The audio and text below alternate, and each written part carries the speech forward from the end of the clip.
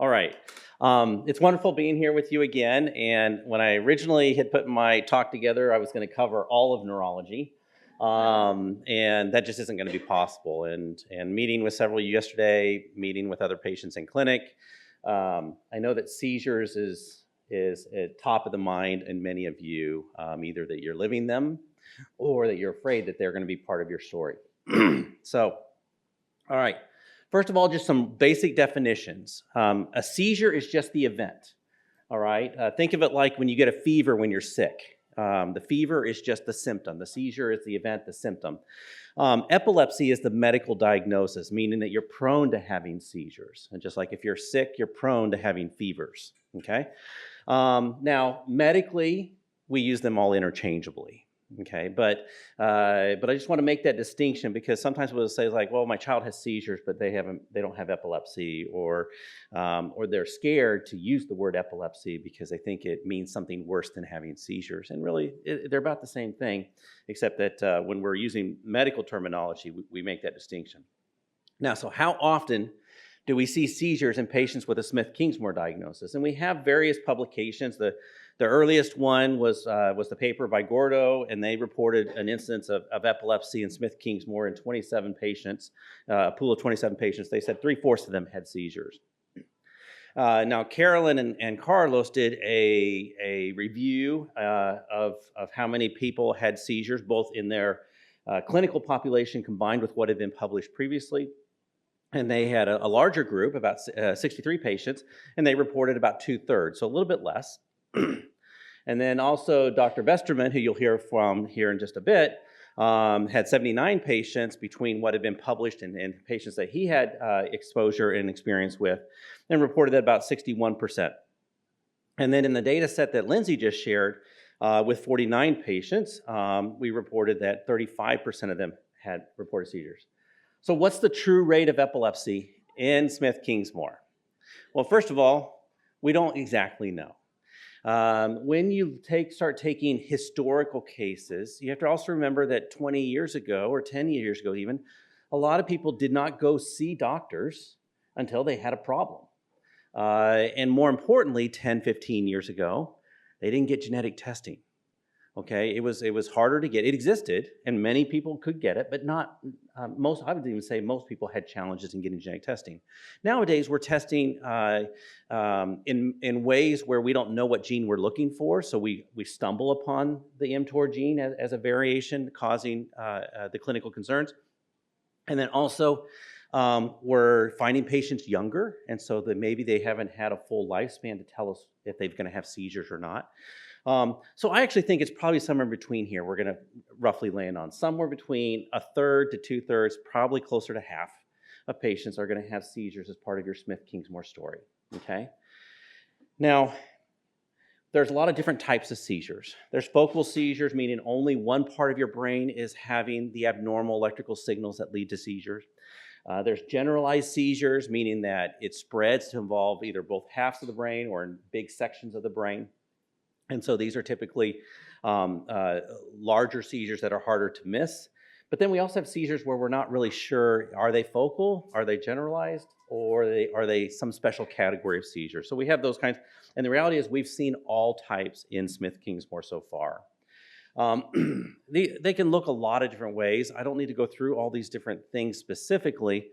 Just know that there is no one type of clinical pattern that says, oh, this is a seizure that's associated with Smith-Kingsmore. Each child can have a different type of seizure patterns or epilepsy story, and that includes both what they look like, that also includes how often they happen, how long they are in duration, and what other things are going on in addition to the seizures. So we see all ages. We see some patients with Smith-Kingsmore that sees very early when, within a first year of life where these connections are already starting to show abnormalities. We also, like I said, mentioned that we have different seizure types. We also have different patterns of recurrence. Some patients will have seizures. We start them on medicine and they respond phenomenally well. And then we have other patients where we've been on a dozen different seizure medicines and we're combining 3-4 seizure medicines at a time, and we're still struggling to get what we would consider adequate seizure control, if not elimination of seizures. And so what does this why is this? Okay, well, we already heard a little bit today that not everybody has the same change in their mTOR gene that is associated with their diagnosis. And we probably suspect that some of these affect the brain differently. How? Still to be determined. We have translational and collaborative basic science researchers that are working with us to understand the biology that is causing this. We have people that are in neuroscience and looking at circuits and connections and how neurons talk to each other and how other cells in the brain talk to the neurons to tell them what to do.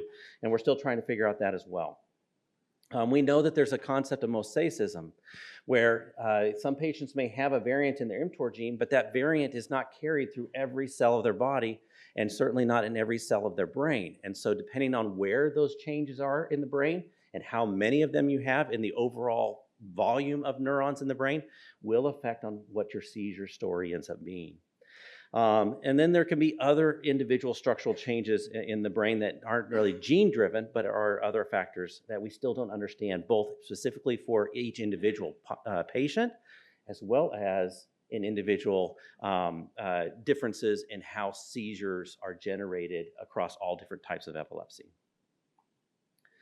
So what do we try to do? Well, in addition to the genotype information that we can glean, I like to recommend that every patient with Smith-Kingsmore should at least once in their lifetime get a brain MRI. And what we're trying to do here is two things. One is we're trying to learn if there are specific things that Smith-Kingsmore is prone to having happen in their brains because of the mTOR gene. But the second thing I'm trying to do is say, are there things other than Smith-Kingsmore that I need to factor into this child or this adult story in addition to Smith-Kingsmore? There's a lot of other reasons why people can have epilepsy, and just because you have one reason doesn't mean you can't have more on top of that.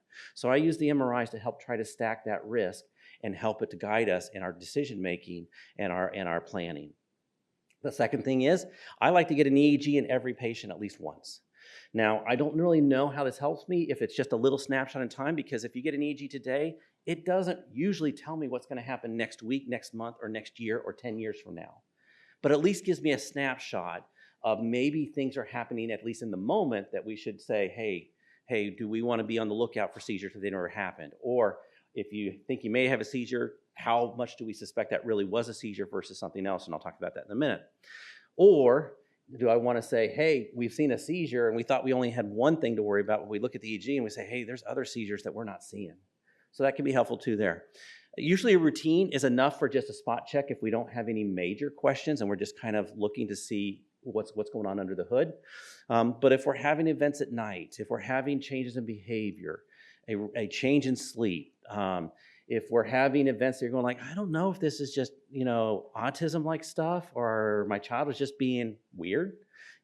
Everybody's allowed to be weird, okay? You don't need to be Smith-Kingsmore to say I'm weird, okay? But sometimes, doing a longer EEG is very helpful. And so I do a lot of 24-hour EEGs. More and more, we're able to do EEGs in your home. And those are immensely helpful because it saves you the difficulties and challenges of going to the hospital.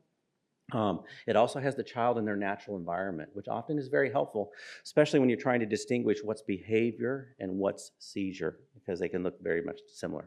So we use those a lot too. Okay. All right. So here's some kind of things I like to share. This is like Epilepsy 101. How do I tell what's a seizure and what's not? Okay. And so I have these kind of what I call pearls. And the more of these things that you can answer yes to, the higher on my list I go like, these might really be seizures, okay?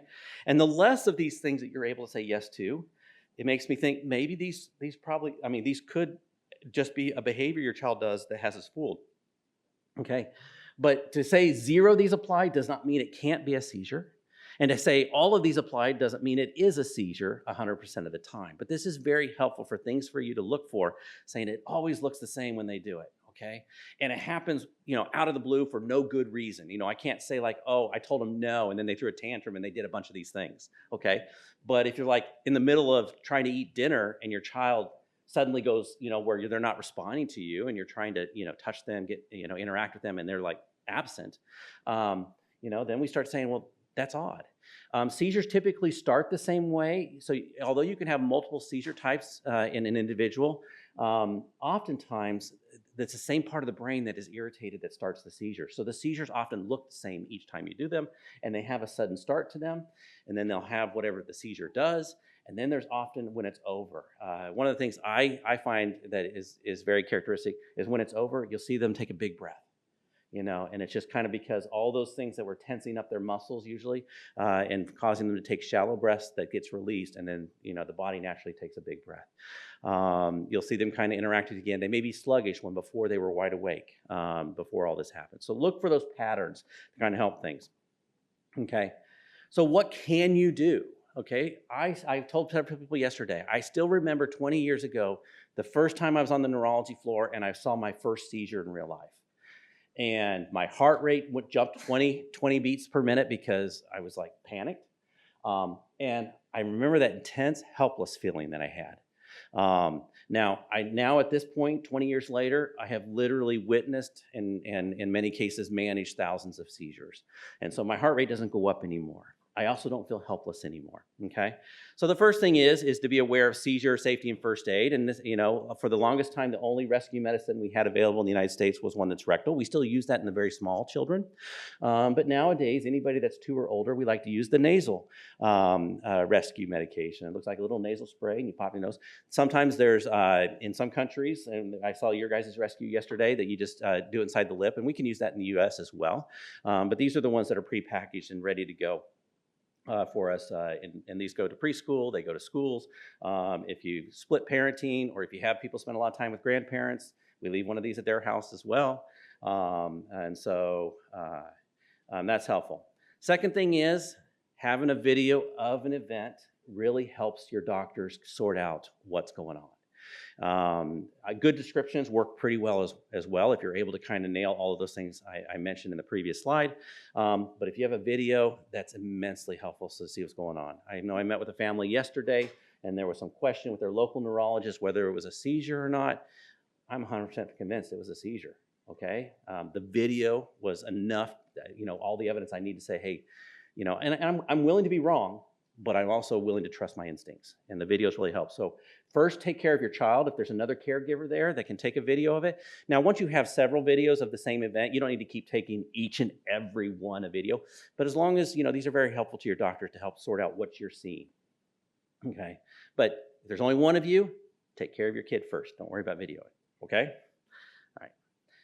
All right. Diaries are immensely helpful. They help us see patterns, okay? Now, some of my patients, they just keep great spreadsheets, and they'll mark down what the day was and what time of day it was, how long the seizure was, whether it was, if they have like a description of the seizure, they tell me that as well. And then they often will put notes off to the side saying, hey, they were sick this day, or this was, not a typical seizure. It differed in some way from their usual pattern, but they'll put little notes off to the side.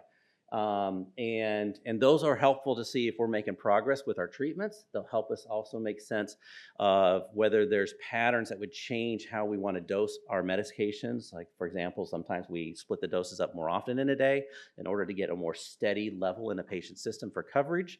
Also, we may give bigger doses at night because they'll say my seizures usually happen at night. So we'll say we'll give a bigger dose at bedtime to kind of make up for that. There's apps that do that. Seizure Tracker is a common one that people use. It's also helpful to mark down when there was a medication change made. Like, oh, we started this new medicine, or this is when the doctor went up on the dose, or we started to wean off of another one. Having those kind of things in the diary as well. And so things like Seizure Tracker do all of that for you, and you can share the data with your doctors. The next thing is monitors. We have a lot of different type of monitors that exist out there. These are just a few of them. I don't know if Angela's still here, but Angela has one. This is what they look like. One of them looks like a little wristwatch that talks to Bluetooth to your phone.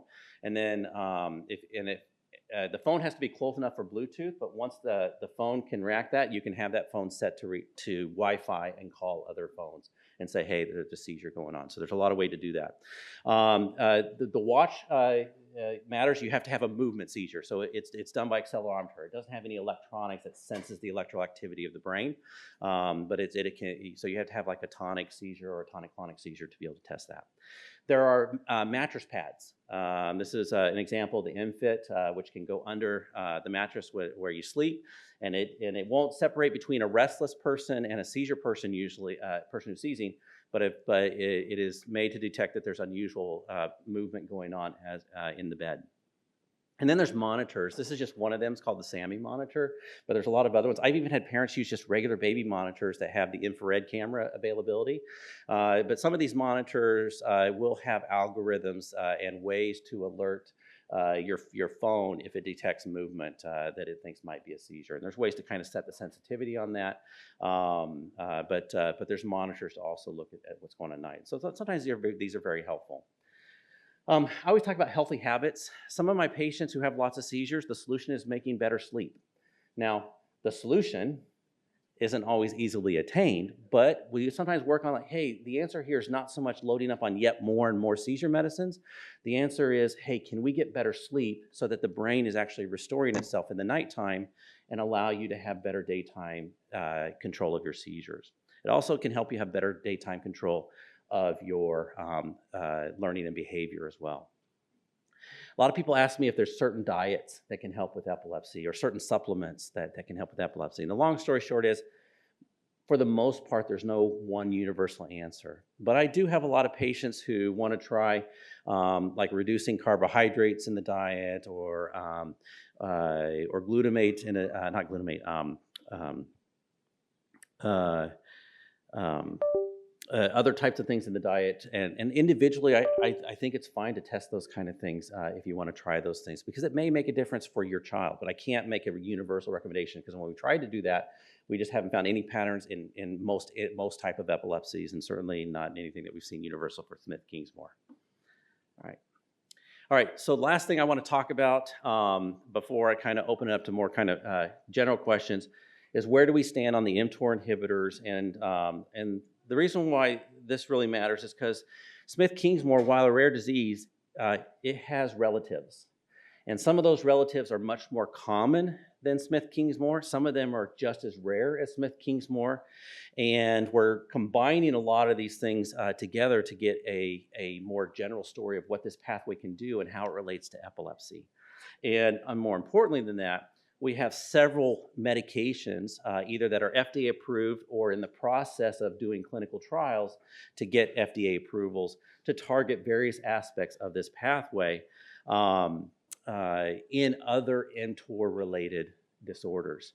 And so we're really keenly interested, and most of our experience comes from sirolimus because it directly inhibits mTOR complex itself, and we've been using that in tuberous sclerosis, which you'll see right above the mTOR protein, with our first patient treated in Cincinnati in 2003.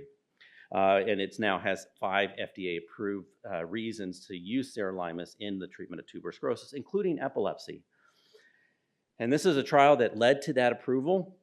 It was more than 300 TSC patients out of the tens of thousands with the disorder, and well, actually, it's more than 1 million worldwide. And we looked at seizure rates over 3 months, and we saw that seizure rates consistently were declining in patients over that time frame. And we found that the longer we treated them, the more responders we got, until it kind of leveled out to somewhere between 1/2 to 2/3 of those patients at 2 years. But a couple different things we learned here. Number one is, it is gradual. So unlike our other seizure medicines that we start a medicine and we're hoping to see changes within days, if not weeks, then it's working at the disease level, and it's not just targeting neurons, it's targeting basically everything in the body. It has side effects. The other thing is, here, we still didn't solve the seizures for everybody. So there was still more biology there that we lack understanding of. But it was promising, and that's why some of the patients that we know of have tried these medications to see how they help, and Lindsay showed what our experience was in the natural history study. Okay, so we are, Dr. Besterman and I and the medical and science team are working on the parameters that we think we're pretty close to being able to tell you guys within this year on what that study is going to look like and what it's going to do. And in Lindsay's slide, she showed you that heat map of different ages having different manifestations.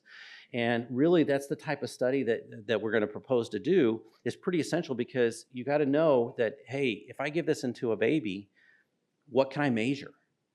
And can we expect it to do the baby show that symptom at that age such that we can see a treatment make a difference versus a child aged person versus an adult? So these type of studies are pretty essential for that.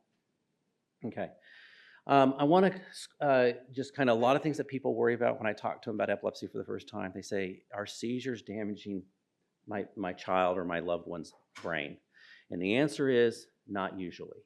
Okay, we don't usually think about fevers when you're sick and being, like, oh my gosh, you've got a fever, life is over. Okay, now we know there are certain types of fevers that are probably more harmful, super high ones, ones that go on for super long.